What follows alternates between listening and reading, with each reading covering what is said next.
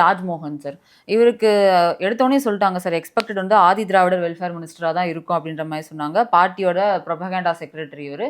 எழும்பூர் தொகுதியில வின் பண்ணியிருக்காரு. இவரு முக்கியமான கேபினெட் மினிஸ்டர். இவருக்கு வந்து ஆதி திராவிடர் வெல்ஃபேர் மினிஸ்ட்ரியில தான் இடம் இருக்கிற மாதிரி சொல்றாங்க. வாய்ப்புகள் இருக்குது. இன்னொன்று என்னன்னா, இவர் வந்து நம்மளை போலவே வந்து யூடியூப்லாம் இருந்து ஆர்ஜேவா இருந்திருக்கிறாரு, யூடியூப்ல வந்துட்டு விஜேவா இருந்திருக்காரு, வீடியோஸ்லாம் நிறைய பண்ணியிருக்கிறாரு. எல்லா வகையிலையுமே வந்து மக்களோட ரொம்ப கனெக்டடா இருந்த ஒரு நபர். ஸோ மக்களோட பல்ஸை வந்து ரொம்ப அழகாக புரிஞ்சுக்கக்கூடிய நபராக இருப்பாங்க. இப்போ நம்ம வந்து ஒரு வீடியோ போடுறோம், ஒரு காலமாக வந்து ஒரு யூடியூப் சேனலில் வீடியோ போடுறோம், நமக்கு தெரியும் கமெண்ட்ஸ் இப்படி வருது, லைக் இப்படி வருது, இது இப்படி தான் வருதுன்னா அந்த பல்ஸ் பிடிப்போம்ல நம்ம. இப்போ நான்லாம் வந்து ஒரு 2018 இந்த யூடியூப் உள்ளே தான் இருக்கிறேன் நான். அப்போ நமக்கு அந்த ஒரு 7-8 வருஷம் நம்ம பயணிக்கும் போது நமக்கு மக்களோட பல்ஸ் எங்கே எப்படி எப்போ ஒர்க் அவுட் ஆகுன்ற அந்த ஒரு இது தெரியும்ல. அதெல்லாம் வந்து நமக்கும் முன்னாடிலேருந்தே பண்ணிட்டு இருந்த ஒருத்தராக அவர் இருக்கிறாரு. புட்சட்னியில இருந்திருக்கிறாரு. அதுக்கப்புறம் அதுதான் வந்து அவருடைய ட்ரேட்மார்க்காக ஸ்டார்ட் ஆனது. பிளாக் ஷீப்போட டிராவல் பண்ணியிருந்திருக்காரு.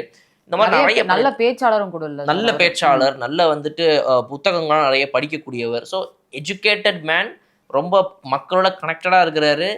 இந்த ஜென்ரேஷனுக்கு ஓரளவுக்கு அட்லீஸ்ட் கிட்ட இருக்கக்கூடிய நபர்களில் ஒருவராக அந்த கேபினெட்டில் அவர் இருக்கிறாரு. ஸோ அதனால் வந்து அவருடைய அடிஷன் இந்த cabinet is very very important.